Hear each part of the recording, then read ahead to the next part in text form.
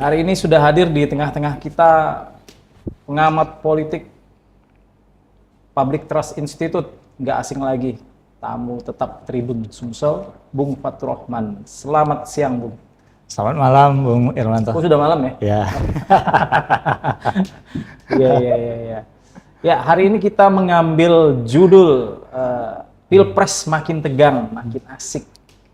Sebetulnya saya bingung bikin judul, akhirnya diputuskan judul itu, Bung Fatur. Ya, memang makin tegang gitu. Semakin kesini semakin menarik isu Iya. tentang politik, terutama pemilihan presiden gitu ya. Apalagi kalau kita lihat opini media massa, headline gitu kan. Iya. Ini bagaimana pertemuan Presiden RI Joko Widodo dengan 3 capres. Itu apa tuh maknanya tuh? Ya, satu hal yang menarik karena belakangan memang mau tidak mau isu tentang dinasti politik atau politik dinasti ini semakin santer diarahkan kepada Presiden Joko Widodo terkait dengan dipilihnya Gibran sebagai cawapres, bakal cawapres dari Prabowo Subianto. Dan isu ini memang cukup keras di tengah masyarakat, baik itu di media maupun media sosial gitu kan. Dan tentunya mungkin ini bagian dari strategi dari istana mungkin untuk bagaimana meredam terkait dengan isu politik dinasti tersebut dengan mengundang ketiga capres. Bahwa sebelumnya Presiden Joko Widodo juga sudah mengungkapkan bahwa Jokowi itu mendukung semua kandidat, gitu kan. Dilanjutkan dengan sekarang makan siang bersama ketika capres. Pihak istana mengklaim akan netral. Ya, itu apa yang menjadi mungkin strategi opini publik yang ingin disampaikan kepada pemilih bahwa istana itu netral seperti itu. Ya, tadi dibilang di media sosial kuat sekali dibenturkan antara PDI Perjuangan khususnya dengan kelompok istana itu ya. Betul. Seolah-olah Jokowi menarik diri dari partainya gitu. Publik mungkin ada yang termakan isu itu, atau Anda melihatnya ada hal lain nggak? Kalau menurut saya kayaknya nggak juga sih ya. Kita harus mengingat flashback ke belakang tentang sejarah politik Indonesia, terutama tentang Pilpres 2004. Pertama kali di mana SBY menggandeng Yusuf Kala. Yusuf Kala adalah kader Golkar ketika itu yang tidak diusung oleh Golkar untuk menjadi pendamping cawapres SBY, tetapi Golkar justru mengusung Wiranto hasil konvensi Partai Golkar, yang kala itu Wiranto menjadi pemenang pemilu, pemenang konvensi Pilpres 2004 sebagai calon presiden dari Partai Golkar.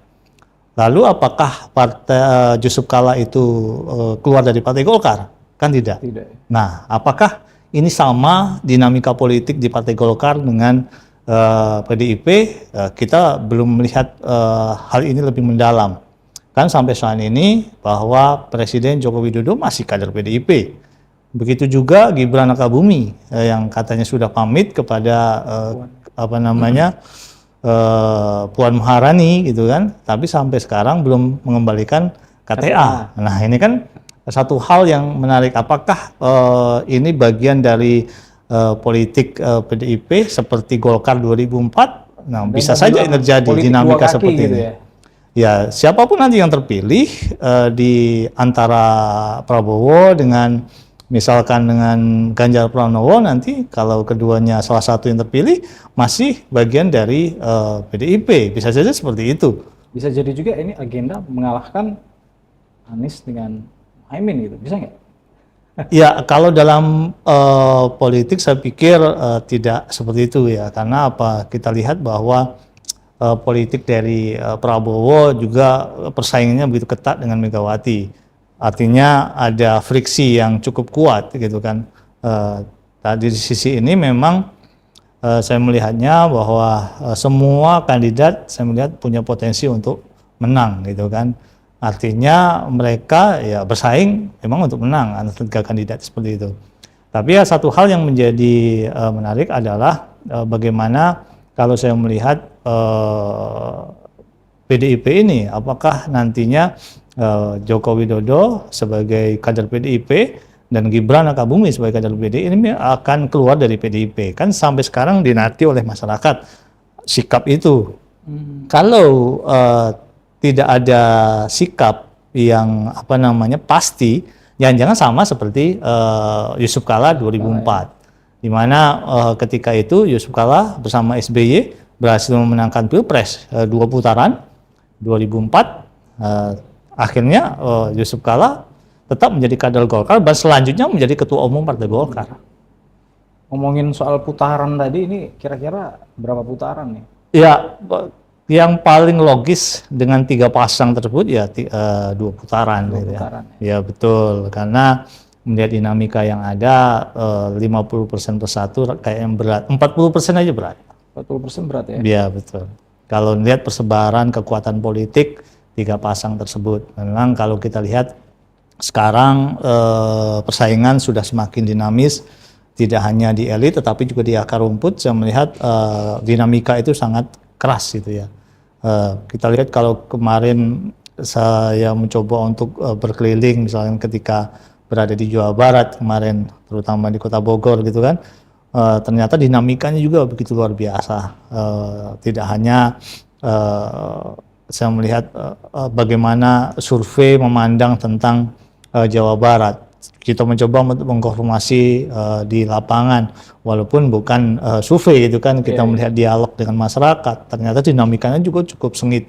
Hal ini mengidentifikasi bahwa persaingan di akar rumput juga begitu sengit antar kandidat. Itu yang menjadi daya tarik Pilpres kali ini, karena memang masing-masing pasangan, baik itu Anies Baswedan, Gus Muhaimin, Ganjar Pranowo, Mahfud MD, dan juga Prabowo dan Gibran, ini masing-masing mempunyai kekuatan akar rumput yang memang menjadi modal suara, modal kapital untuk bisa memenangkan Pilpres 2024 yang akan datang.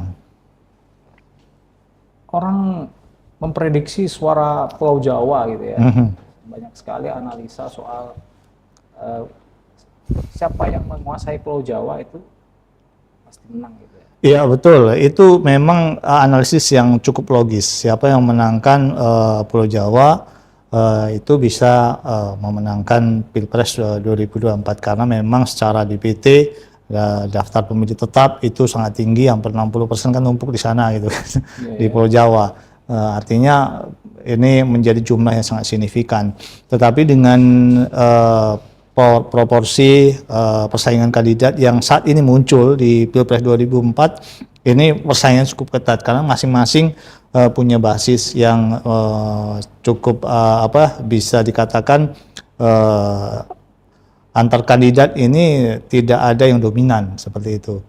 Dengan misalkan Jawa Tengah selama ini dikatakan sebagai salah satu kandang banteng gitu kan, dan juga bisa dikatakan kandang PDIP dengan gubernurnya Ganjar Pranowo sekarang menjadi capres gitu kan, otomatis itu menjadi kekuatan yang mumpuni cukup signifikan untuk Jawa Tengah. Tetapi ada catatan, munculnya Gibran yang juga orang Solo gitu kan, ini juga menjadi salah satu persaingan akar rumput untuk Ganjar Pranowo terutama PDIP.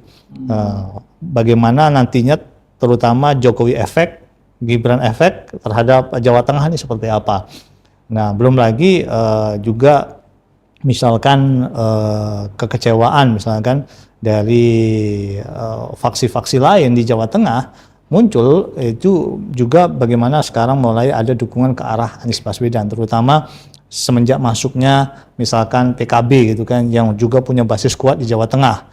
Otomatis terjadi juga persebaran suara yang bisa menarik itu ke arah Anies Baswedan dan Gus Imin di Jawa Tengah. Kalau kita lihat di wilayah selatan, misalkan di wilayah Banyumas dan juga sekitar Jogja gitu kan, Purwokerto, ini sekarang yang menjadi basis oposisi di Jawa Tengah yang dulu menjadi lawannya Ganjar tuh Sudirman Said, hampir mencapai 35% di situ.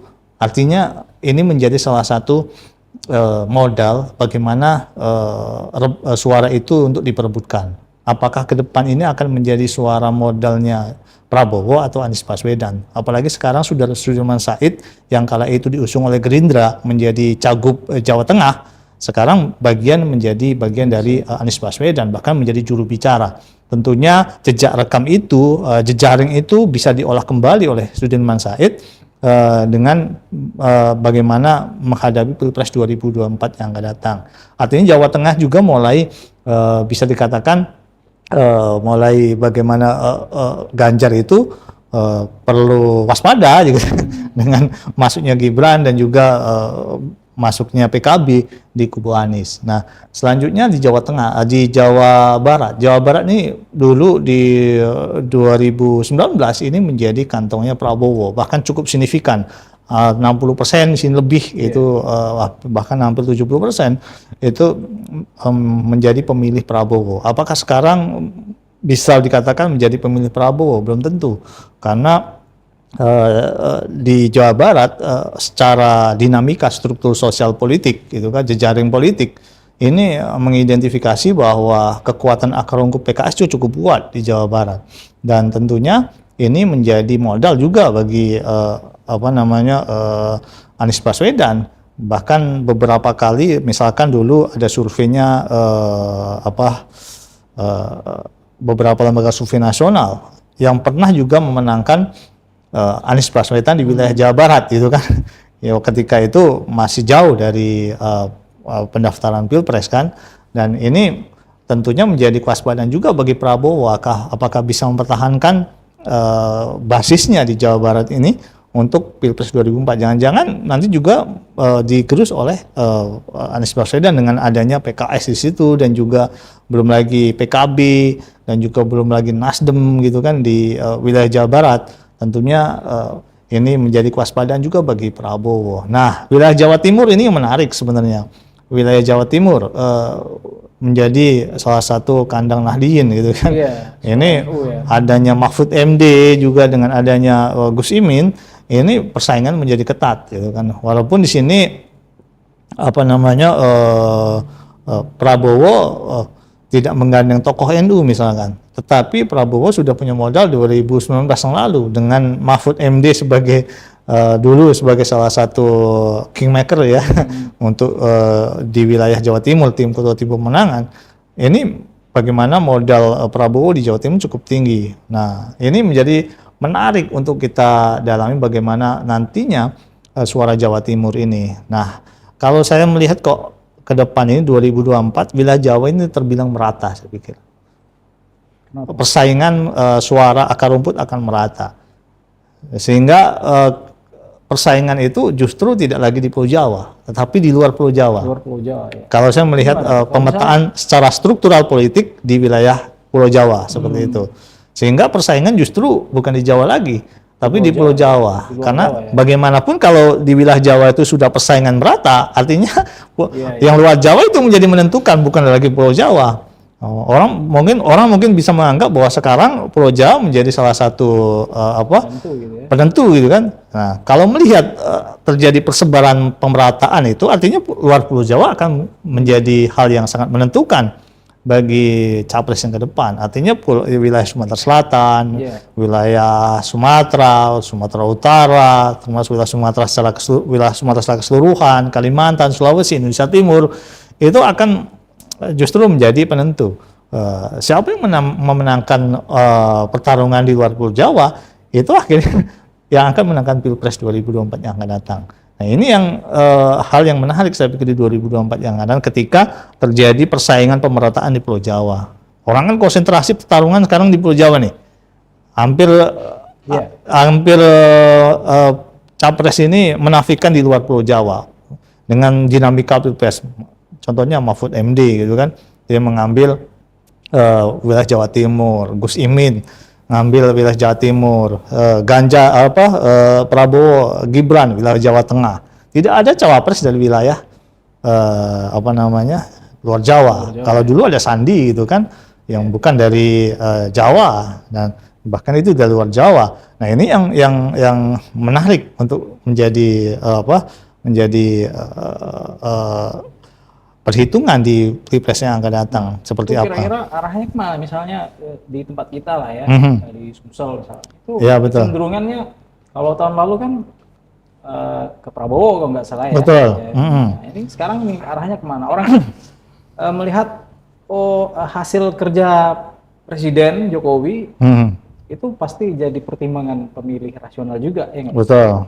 Ya, memang kalau kita lihat, saya melihat seperti ini, di Pilpres 2019 itu ada pemilih Jokowi, ada pemilih Prabowo, itu Pilpres 19. Pemilih Jokowi di Sumatera Selatan itu mayoritas adalah pemilih Jawa, Jawa Trans. Sedangkan pemilih Prabowo itu mayoritas adalah pemilih etnis lokal lumpur Melayu. Misalkan seperti itu, mayoritas. Dan dengan persebaran saat ini, Prabowo berhasil unggul di Sumatera Selatan di Pilpres 2019, walaupun tipis sekitar 53% gitu kan. Nah, di 2024 seperti apa? Dengan pemetaan 3 capres seperti ini, tetap kita melihat bahwa bagaimana melihat pemilih Jokowi dan pemilih Prabowo. Nah, dengan dinamika seperti ini, saya melihat bahwa seperti ini, bahwa di 2024 akan datang pemilih Prabowo, pemilih Jokowi akan terpecah. Terpecahnya kemana? Mayoritas ke Ganjar.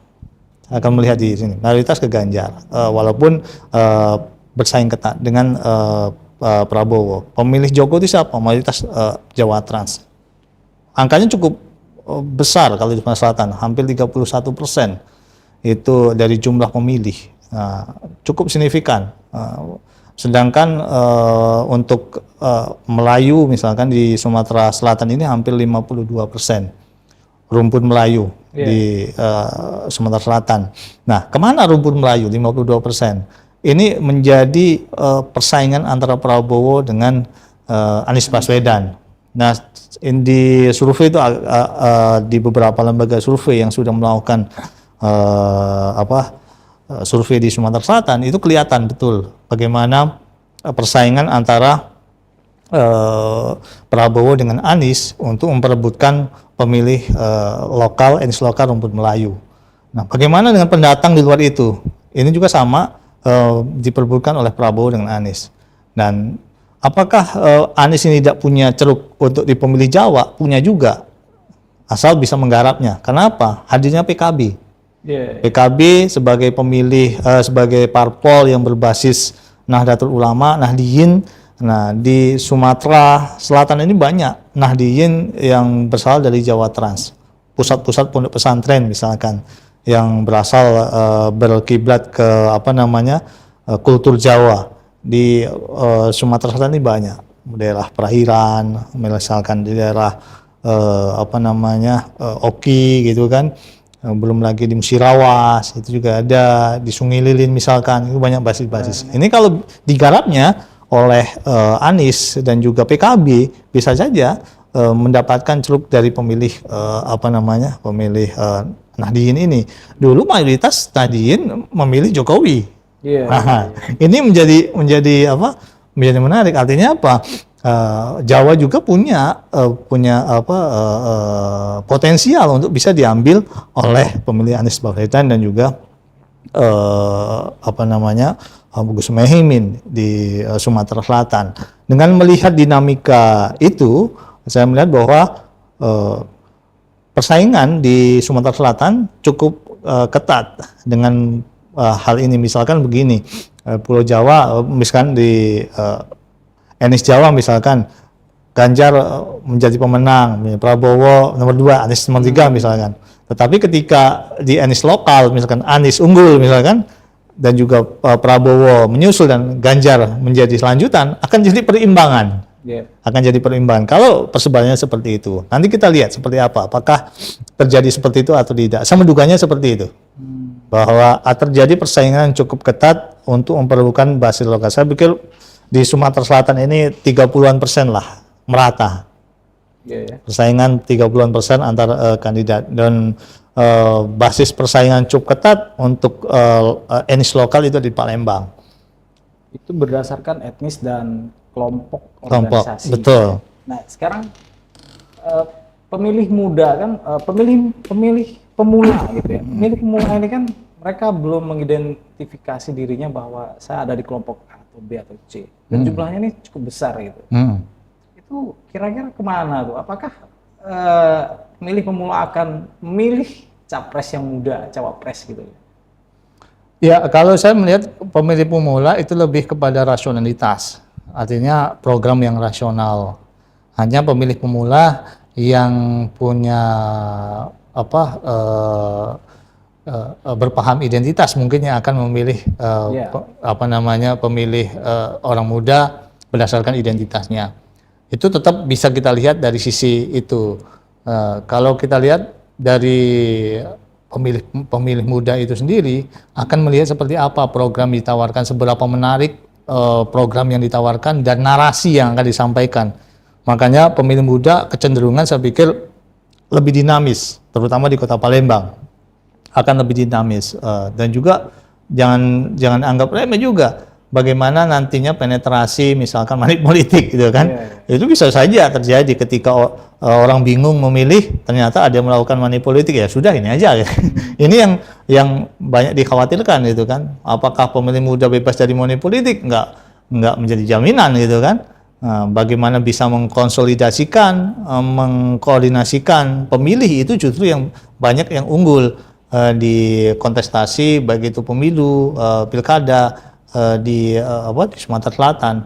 Nah, memang ada yang misalkan seperti ini, ada yang pemilih muda yang berbasis etnis ada, dan ini saya pikir menjadi peluang bagi Ganjar, bagi Gibran ya, bagi Gibran dengan hadirnya di situ, peluangnya di situ saya melihat. Bagaimana nantinya persaingan antara Ganjar dengan Gibran di pemilih Jawa itu ada di situ.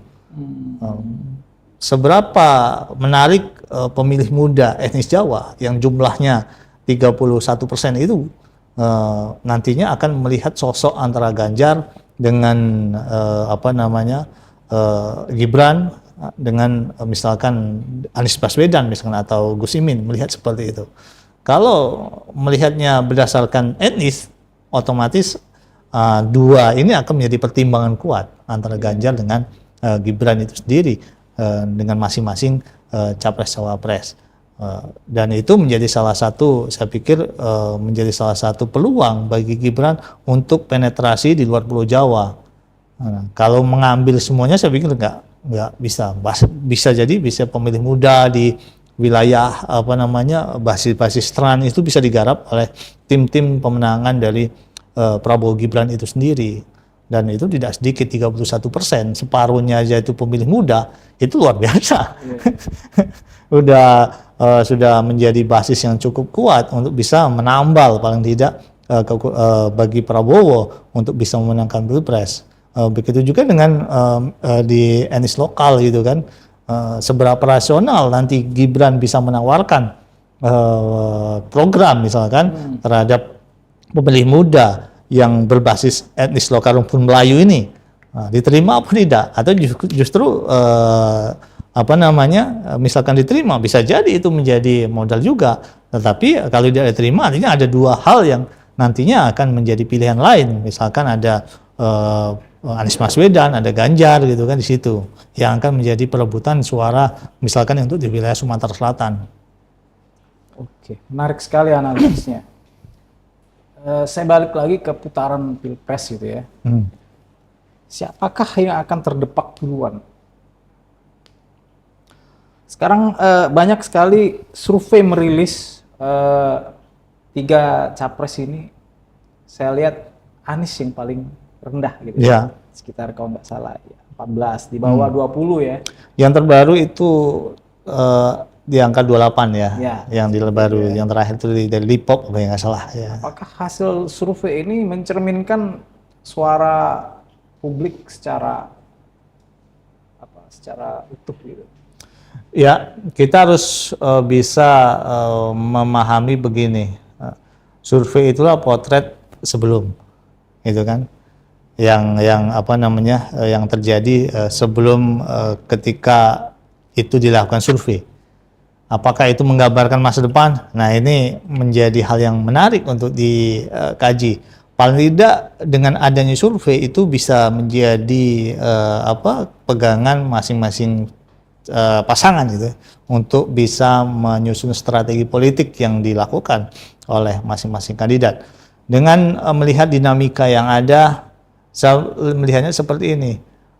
Semua kandidat punya peluang yang sama. Saya sulit untuk bisa menggambarkan akan siapa yang terdepak duluan gitu ya. Karena apa? Persaingannya cukup ketat saya melihatnya. Karena apa? Banyak dinamika yang terjadi di akar rumput, melihat seperti itu, dan juga berdasarkan analisis struktur sosial politik yang saya pahami gitu kan. Misalkan bagaimana dinamika yang ada di Pulau Jawa dengan struktur sosial politik, dan juga dikaitkan dengan background capres, cawapres, kok kayaknya sulit untuk bisa menggambarkan siapa yang akan terdebat duluan. Jangan-jangan nanti akan tipis. Nah, bisa jadi nanti Ganjar Anies bisa jadi, atau Prabowo Anies, atau Prabowo Ganjar, bisa aja terjadi demikian. Artinya semua kandidat berpeluang masuk putaran kedua, dan semua kandidat berpeluang tidak masuk putaran kedua. Bingung sih. Iya. Karena melihat dinamika seperti itu, artinya semua kandidat berpeluang masuk putaran 2, tetapi juga semua kandidat berpeluang tidak masuk putaran kedua. Gitu kan? Gitu ya. Iya, itu yang terjadi. Terus ada lagi nih, ini mungkin pertanyaan terakhir ya. Ada salah satu lembaga survei merilis sekitar 40% atau 45% kalau nggak salah, pemilih itu belum menentukan pilihan. Betul, saya setuju. Di Pilpres ini ya. Tidak hanya satu lembaga survei, hampir seluruh lembaga survei. Seperti ini, saya melihatnya, misalkan yang terakhir itu Litbang Kompas aja ya. Saya memahami tentang pemilih militan. Ternyata dari masing-masing kandidat itu kan ada pemilih militan, dan yang tertinggi justru Anies.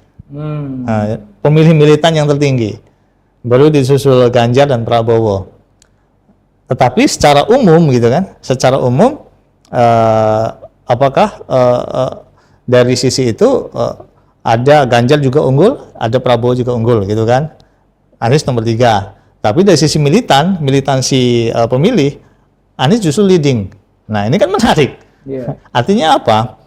Ada yang sudah menentukan pilihan, tetapi dia bisa saja berubah. Gitu. Ada yang sudah menentukan pilihan, saya memilih Ganjar misalkan, atau saya memilih Prabowo, atau saya memilih Anies Baswedan. Itu ada peluang untuk berubah ke kandidat lain, misalnya seperti itu.